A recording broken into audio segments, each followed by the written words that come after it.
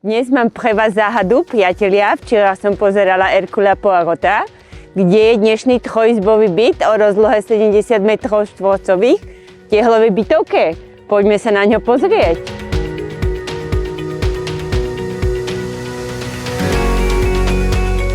Predstavte si, že v tejto priestrannej obývačke s pohodlným gaučom by ste hrali spoločenské alebo počítačové hry.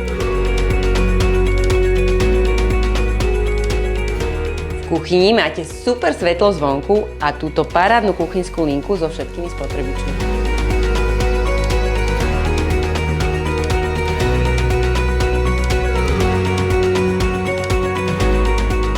Spálni potešia tieto obrovské roldorové skrine s množstvom priestoru a zásúvacie dvere, ktoré šetria priestor.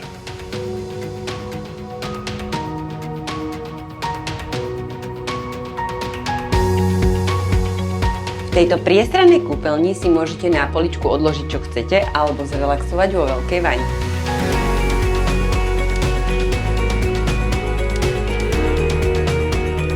V tejto tretej izbe si môžete takto zašlapať na trenažéry, zacvičiť na rebrinách alebo tu môžete mať pracovňu či detskú izbu.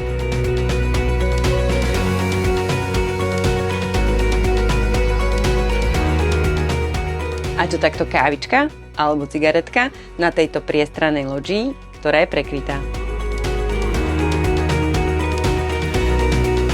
A hneď za bytom môžete absolvovať takéto nádherné prechádzky po Váhu a Slňave.